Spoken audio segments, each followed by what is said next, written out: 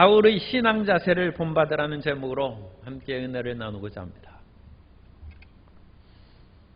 사도 바울에 대한 그런 말씀을 우리가 전 시간에 4장 11절에 바로 이 시각까지 우리가 줄이고 목마르며 헐벗고 매맞으며 정처가 없고 또 수고하여 친히 손으로 일을 하고 모욕을 당한 즉 축복하고 박해를 받은 즉 참고 비방을 받은 즉 권면하니 우리가 지금까지 세상의 더러운 것과 만물의 찌꺼기같이 되었도다. 그런데 고린도 교인들은 지혜롭고 능력이 있고 왕같이 우리 없이 왕같이 생활한다고 했어요.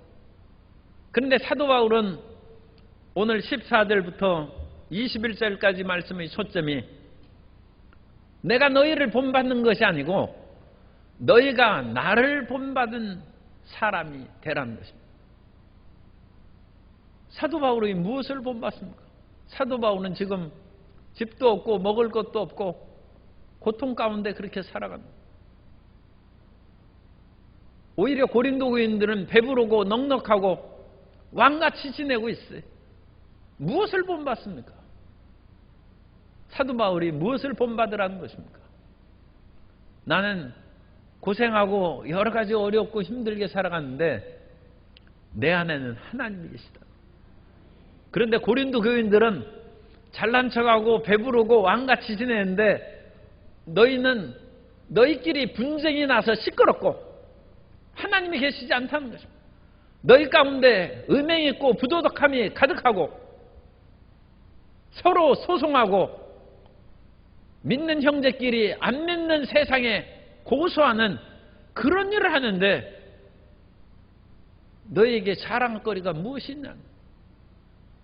너희는 세상의 여러 가지 풍요로움은 가질지 몰라도 본받을 거 없다는 것입니다.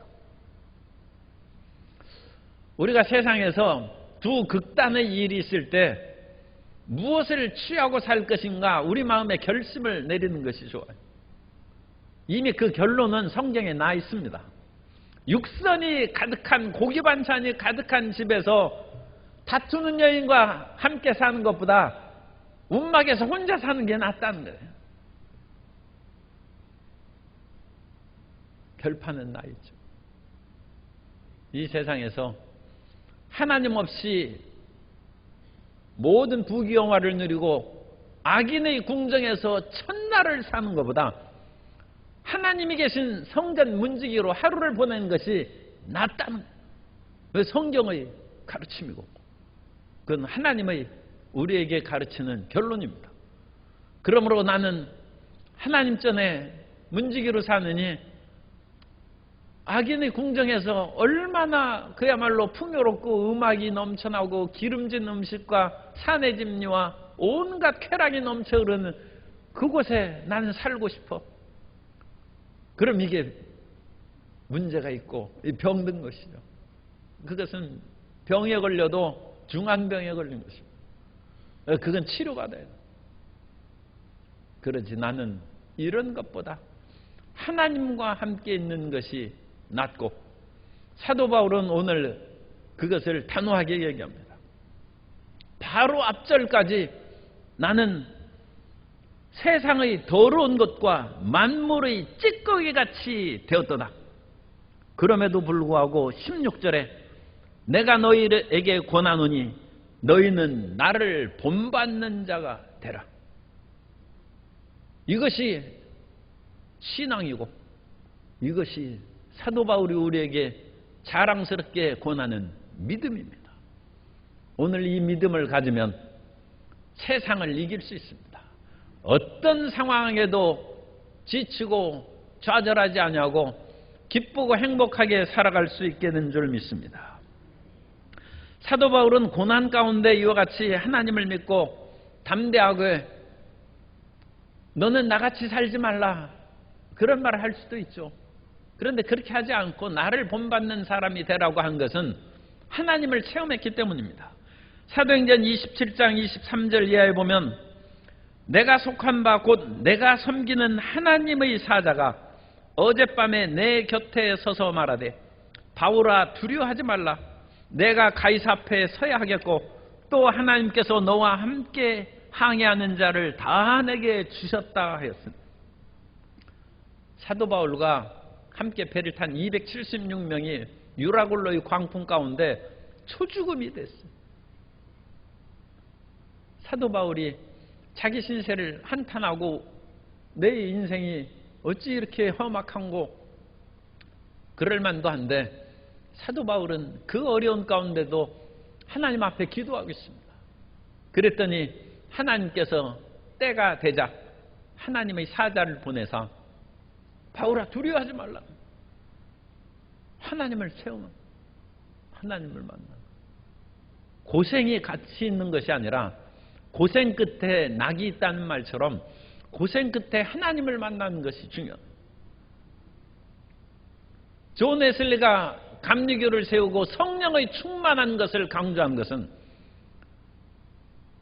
대서양에서 폭풍우를 만났을 때 모라비안 교도들은 풍랑 가운데 하나님을 찬양하고 미국으로 선교사를 가는 존 웨슬리는 두려워서 떨고 찬송이 안 나와. 아니 저 사람들이 도대체 누구기에 옥스퍼드 대학을 다니고 그야말로 홀리클럽의 리더로서 선교사로 파송된 나보다 더 평안하고 담대한 믿음을 가졌는가. 그 비밀이 성령 충만. 존 웨슬리가 그들이 집회에 가서 성령 충만하고 하나님을 체험하면서 존 웨슬리는 이 세상에서 거칠 것이 없이 담대한 믿음으로 평생을 살았어요. 그 하나님을 만난 체험이 여든이 넘도록 그 인생을 이끌어가고 기쁨과 평화 가운데 살아간 것입니다. 요즘에 목회자의 자녀가 또 목회를 하는 일들이 종종 있고 세습 문제가 논쟁이 되지만 그건 어째 그런지 모르겠어요. 그런데 옛날에는 목회자들이 먹을 것이 없었어요. 그런데 참 희한하게 먹을 것도 없고 학교에서 그야말로 소위 옛날 얘기로 월사금 못 내가지고 책망 맞는 사람이 목회자 자녀들이에요. 너 어찌 돈 안 갖고 오냐. 그야말로 옛날 시대는 어찌 그렇게 나라가 가난하니까 그러죠. 그 돈을 그렇게 악착같이 받았는지 몰라요. 요즘엔 초등학교, 중학교 그런 거 다 이제 무상교육으로 해서 그런 것을 인하여 학교 못 다니는 일은 없겠습니다만 나라가 가난하니까 그 가난한 목회자한테 그거 내라. 그래서 아버지가 밉다, 목회자 아버지가 밉다고 했는데 희한하게 그 자녀가 다시 목사거든. 왜 그렇습니까? 그 고난을 본받는 것이 아니라 그 고난 가운데 견디는 아버지를 통해서 부모님을 통하여 하나님을 만나는 하나님을 만나니까 가난이 두렵지 않다. 사도 바울이 지금 하는 것이 그것입니다. 내가 지금까지 정처도 없고 온갖 고생 가운데 사는데 만물의 찌꺼기라는 거예요. 그런데 고린도 교인 너희들은 이런 나를 그야말로 조롱하고 비웃을 자격도 없어. 너는 나를 본받으라. 하나님과 함께 있는 나를 본받고 너희끼리 있다고 싸우고 너희끼리 많이 먹고 힘 있다고 방탕하고 물질로 서로 형제간에 소송하고 그런 너희는 무가치하다. 본받는 사람이 바로 나라는 것입니다. 이 세상에서 이와 같은 절대 가치와 믿음을 갖고 살아가는 사람은 세상이 감당치 못할 사람이라고 했어요. 우리 예수님 믿는 사람들은 이 위대한 믿음의 선진들이 있은즉 그 사람을 본받고 나아가야 될 줄로 믿습니다. 오늘날 한국교회가 혹시 어지럽고 사람들에게 지탄을 받는 것은 이런 훌륭한 사도 바울도 있고 신앙의 위원들이 있는데 바로 눈앞에 있는 본보기가 잘 안 보여서 그래요. 저 자신도 이게 부끄러워서 이제 참 말하기가 그렇습니다만 어느 날 바다 참개들이 딱 모여가지고 해변가에서 걷는 연습을 하고 있어요. 아빠 참개가 새끼 참개들 쫙 모아놓고 똑바로 섰 그러면서 앞으로 갓 하니까 앞으로 안 가고 다 옆으로 착착착 하는 거예요. 어찌 아버지 말을 이렇게 없이 여기고 옆으로 기어가느냐. 그래서 앞으로 바르게 전진해 오라고 하니까 앞으로 갓 해도 또 옆으로 착착착 하거든. 그러니까 아빠 개가 화가 났어요. 바르게 걷지 못할까. 그러니까 새끼 참개가 아빠가 시범을 보여주십시오. 그래야지 우리는 도저히 안 된다는 거야. 그래, 내가 시범을 보여준다. 앞으로 컷하고 자기가 옆으로 착착하거든. 오늘날 그런 목회자들이 또 가정에서 부모님이 열심히 믿는데 자녀들을 교회로 인도하지 않냐고, 오늘날 젊은이들이 교회를 많이 떠난다고 하는데 그건 누구 책임이 가장 강한지는 잘 모르겠어요. 어쨌든 목사 책임이고 또 부모 책임입니다. 아니 그렇게 열심히 믿는 그런 부모와 그 어렸을 때 유치부 초등부에서 열심히 교회를 다니던 그런 자녀들이 장성해서 교회 안 나온다는 것은 목사가 잘못했기 때문이고 또 부모가 잘못했기 때문이죠. 그래서 10대 후반에 가고 20대 가면 교회를 안 나오면 누구 책임입니까? 나를 본받는 자가 되라면 그것을 우리가 실천을 못했기 때문에 젊은 사람들이 교회를 떠나고 나오지 않고 그것을 인하여 교회의 성장이 둔화되고, 젊은 사람들이 교회를 떠났다는 것은 자식 안 낳는 거나 마찬가지입니다. 이 나라가 자식을 안 낳으니까 지금 큰 위기 속으로 지금 들어간다고 세계 나라들이 대한민국을 걱정하고 있습니다. 그런데 예수님을 믿고 회심하는 자기 가족들과 자녀들이 없으면 누가 예수님을 믿습니까? 자기 자식도 교회를 안 나오는데 누구에게 그야말로 열정적으로 전도할 수 있겠습니까?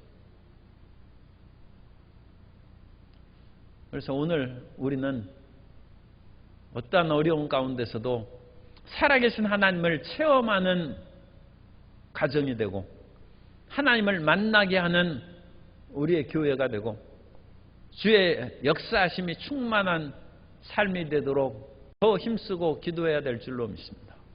그래서 사도 바울이 너희를 부끄럽게 하는 것이 아니고 나는 너희에게 여기에서 이제 세 가지 사도 바울이 자기 자신의 그런 신분을 얘기하는데 나는 아버지라는 것입니다. 나는 너희를 난 아버지고 또 17절에는 디모데를 보내서 너희에게 가르쳤던 것을 생각나게 한다고 이 고린도 교인들이 사도 바울이 선생님으로 교사로서 가르친 것을 다 잊어버리고 자기 맘대로 산다. 하나님의 말씀을 다시 생각나고 깨우쳐서 말씀을 붙잡고 살라. 그래서 여기는 선생님이죠. 아버지요. 두 번째 선생님이고 세 번째는 21절에 너희가 무엇을 원하느냐? 내가 매를 가지고 너희에게 나으래. 하나의 심판자고 그들을 다스리는 자로서, 다스리는 권세를 가진 자로서 사도 바울이 자기 신분을 이 세 가지를 얘기합니다. 세 가지. 아버지는 사랑으로 자식을 키우니까 자식이 아버지를 믿어야죠.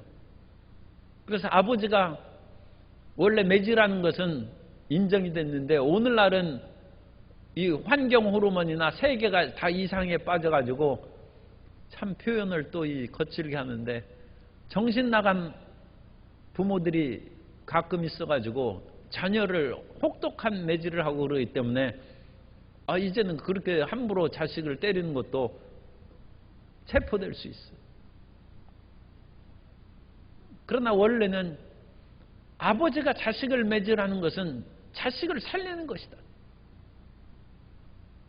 그런데 그것이 오늘날 이상하게 된 그러니까 이 세상에 뒤집어진 일이 굉장히 많은 것이죠.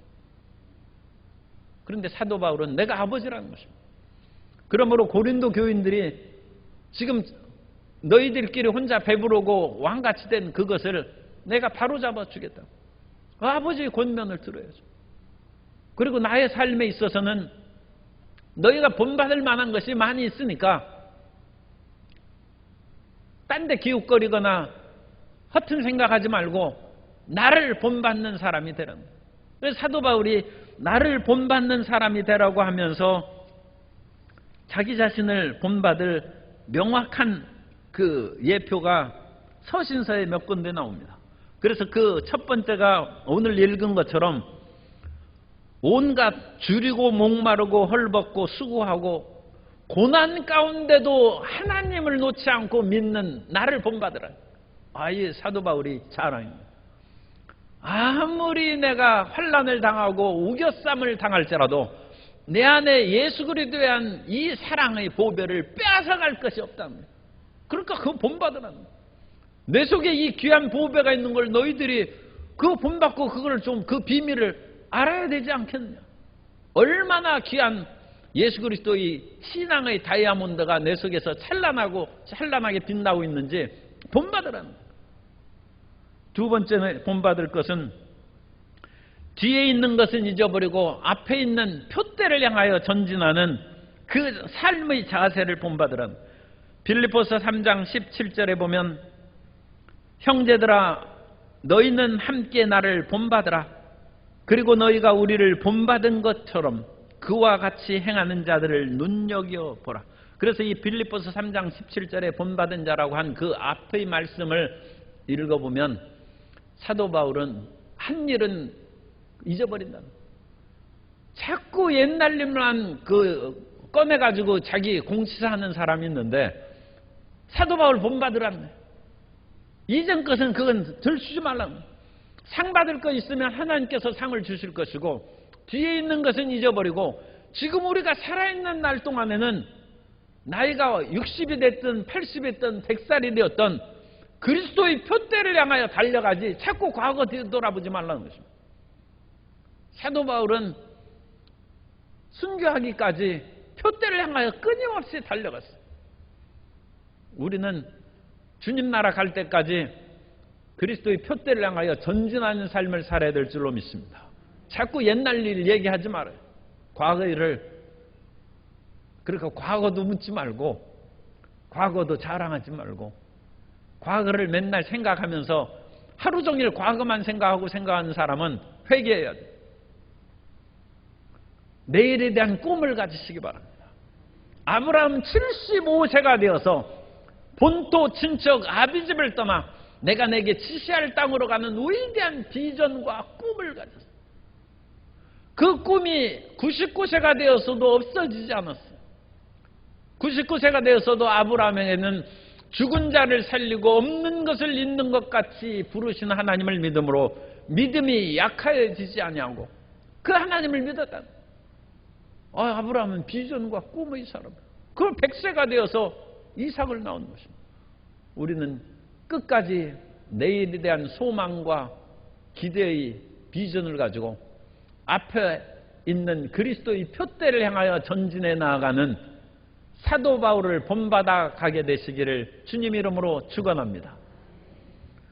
또한 세 번째로 항상 사도 바울은 그리스도를 본받는 자세로 우리가 어떤 일을 할 때 이 일을 어떻게 결정할까 망설인 때가 있는데 고린도전서 11장 1절 내가 그리스도를 본받는 자가 된 것 같이 너희는 나를 본받는 자가 되라. 이렇게 직접적으로 나를 본받으라는 것을 사도 바울이 이 바울 서신에서 정확하게 아주 말한 것은 4번 나옵니다. 그리고 다른 유사한 것으로 하면 그 이상 여러 번 있어요. 이 사도 바울은 이 보통 사람이 아닙니다. 자기 자신을 본받으라는, 남을 본받게 하기 위해서 자신을 얼마나 쳐서 복종시키고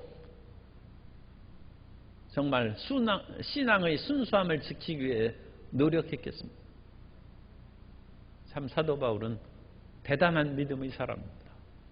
그런데 사도 바울에게 있어서도 어렵고 힘든 일이 다가오고 그러면 이걸 할까 말까?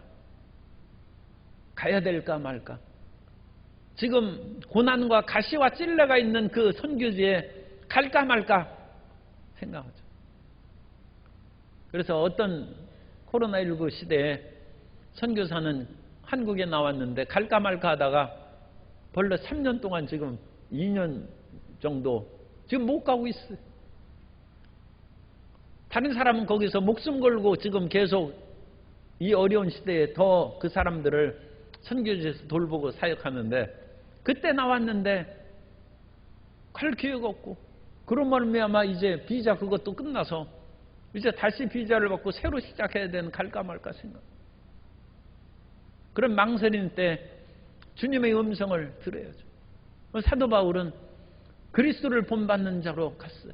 예수님은 내가 십자가를 지지 않으면 누가 지겠느냐 해서 예수님께서는 겟세마네 동산에서 기도하신 후에 십자가를 지셨고 심지어 베드로가 그야말로 박해가 다 나서 로마에서 떠나갈 때 쿠오바데스 도민의 그가 바로 그 얘기 주님께서 다시 십자가를 지러 로마로 들어가신다.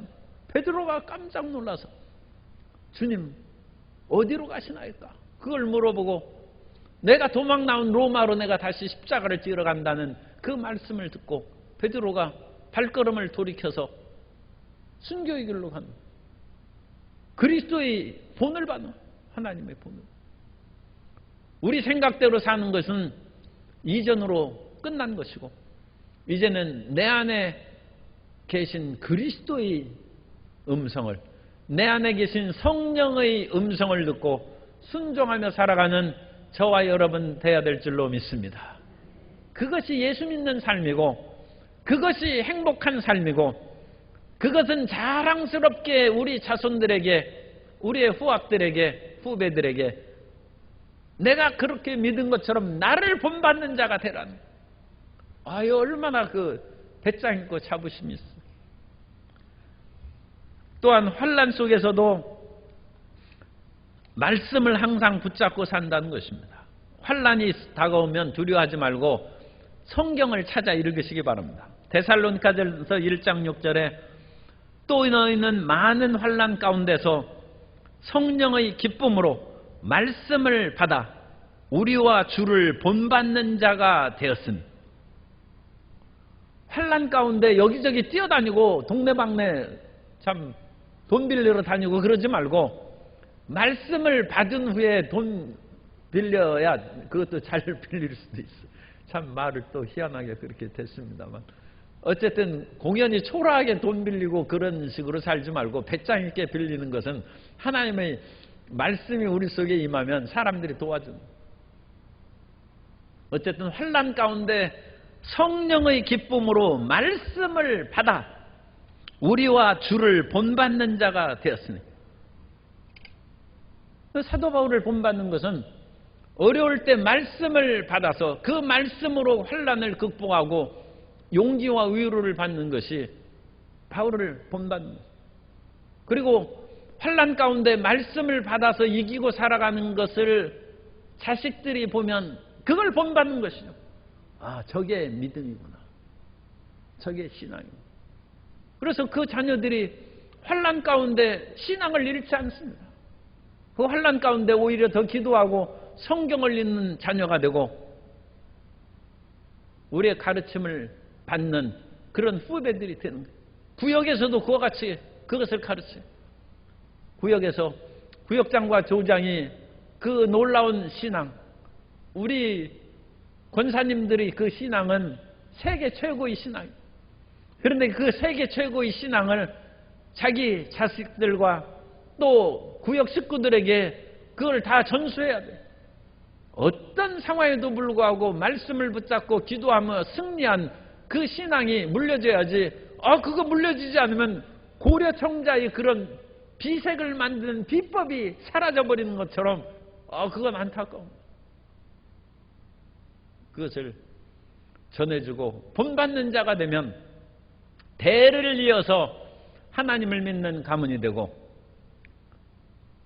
이 땅에 대대로 기독교회가 성장하고 부흥하고 발전하여 하나님의 일을 수행할 수 있는 한국교회가 될 줄로 믿습니다. 환난 가운데 성령의 기쁨으로 말씀을 받는 삶이 되어야 되고, 그 다음에 사도 바울은 남에게 폐를 끼치지 않는 그런 신앙 생활을 했어요. 그래서 사도 바울은 데살로니가후서 3장 7절 이하에 있는 것처럼 어떻게 우리를 본받아야 할지를 너희가 스스로 아나니 우리가 너희 가운데서 무질서하게 행하지 아니하며 누구에게서든지 음식을 값없이 먹지 아니하고 오직 수고하고 애써 주야로 일함은 너희 아무에게도 폐를 끼치지 아니하려 함이라.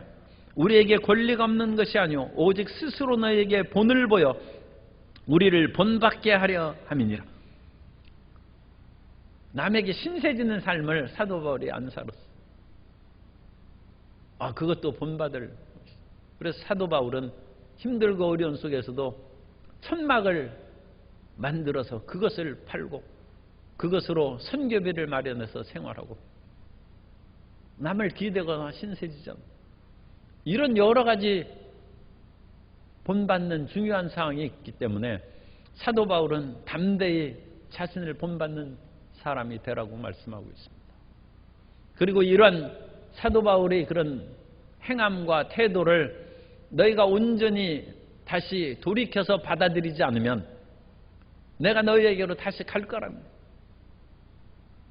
내가 가면 그 허탄한 말만 하고 믿음을 갖지 않는 사람들을 그대로 두겠습니까? 그래서 사도 바울은 아버지요 선생이요 또 그들을 다스리는 지도자로서 매를 가지고 너에게 나아가랴 아니면 사랑과 온유한 마음으로 나아가랴, 그것을 단도직입적으로 고린도 교인들에게 얘기해서 고린도 교인들이 정신이 바짝 들게 하는 것이죠. 그런데 사도 바울이 고린도 교회에 가서 그들에게 매를 될지 사랑과 온유함으로 될지는 그들에게 이제 능력이 있는지 시험해 봐서 그들을 이제 분별하는 것이죠. 19절에 보면 주께서 허락하시면 내가 너희에게 속히 나아가서 교만한 자들의 말이 아니라 오직 그 능력을 알아보겠으니 하나님의 나라는 말에 있지 아니하고 오직 능력에 있음이라. 여기서 이 능력이 뭡니까? 이 능력이 이 두나미스라는 단어를 하고 있는데, 이 두나미스는 우리가 흔히 얘기하는 그런 성령의 권능을 말하는 것입니다. 오직 성령이 임하시면 너희가 권능을, 이 두나미스를 받고 예루살렘과 온 유대와 사마리아와 땅끝까지 이르러 내 증인이 된다는 권능을 받고가 같은 단어가 여기에서 고린도전서 14장 19절 또 20절의 능력으로 번역했습니다. 능력이나 사도행전 1장 8절의 권능이나 다 같은 두나미스로 되어 있어요.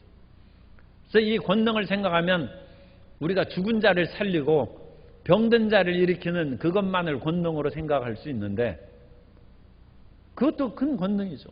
성령의 위대한 능력이 우리에게 부어지는 것입니다. 그럼 가장 큰 능력은, 가장 큰 권능은 안 믿는 사람을 회개해서 예수님 믿게 하는 것이 가장 큰 권능입니다. 성령이 임하시면 너희가 권능을 받고 나의 증인이 된다는, 예수님 믿으라는 그 증인, 그것이 가장 큰 권능이에요. 우리가 병든 자를 고치고 귀신을 쫓아내는 것도 예수님 믿게 하는 권능이지, 아니 귀신 많이 쫓아내서 뭐합니까? 예수님 안 믿으면 그건 무슨 의미가 있어요? 이 세상을 살아가다 사람은 다 한 번 죽습니다.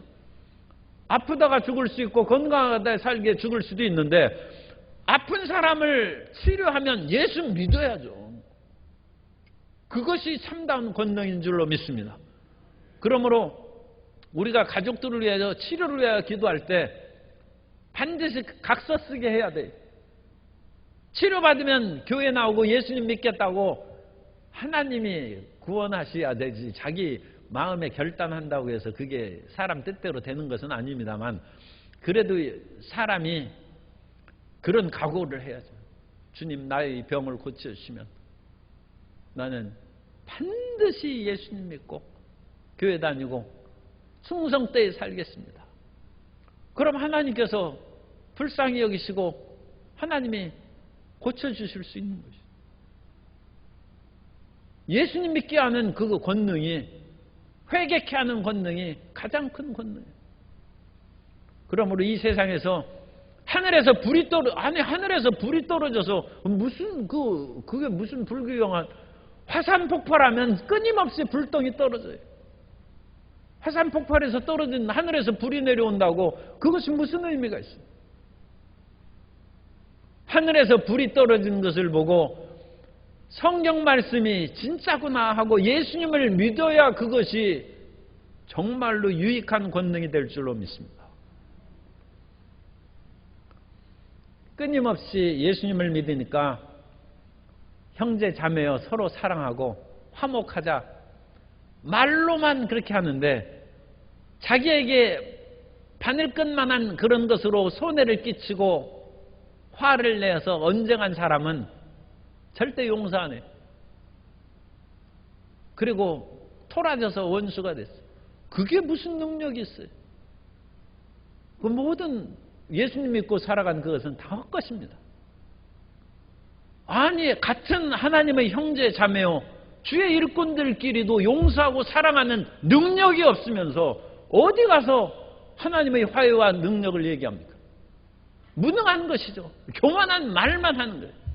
사도 바울이 그걸 본다는 거예요. 너에게 진정 형제를 사랑하고 자매를 사랑하는 능력이 있으면 이 뒤에 나오죠. 너희끼리 소송했겠느냐? 고린도 교인들이 마음에 찔리는 거예요. 그래, 우리는 이웃을 사랑 안 했구나. 인정해야죠. 이웃을. 우리는 말로만 하나님의 사랑을 외치고 형제를 위하여 잘 되기를 기도했다고 했지만 그 기도 다 거짓말이라. 실질적인 물질의 문제가 다가오고 실질적인 어떤 일이 생겼을 때는 절대 화해하는 사랑의 능력, 용서의 능력이 전무한 교만한 말에 있지 않냐고. 능력이 있다.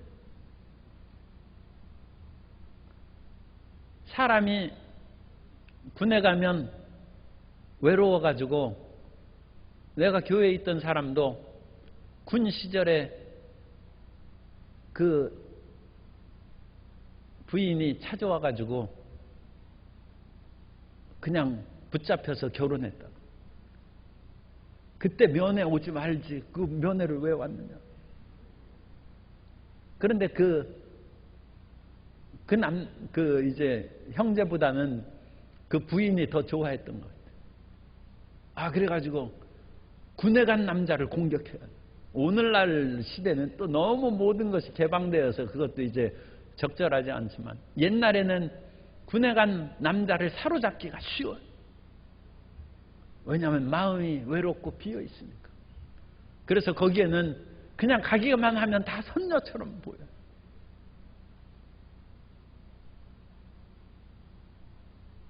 그러나 사람이 그같이 혼자 있고 외롭다고 해서 무절제에 빠지면 말로만 하나님을 경외한다고 하면서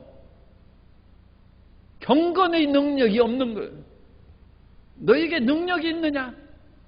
중요한 것은 그와 같이 빈 상태에 있을 때 경건의 능력이 있느냐.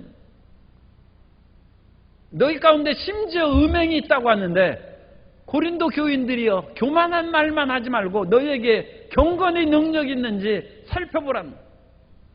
그래서 이 능력을 얘기하면서 이 뒤에 다 지금 계속 나오는 것입니다.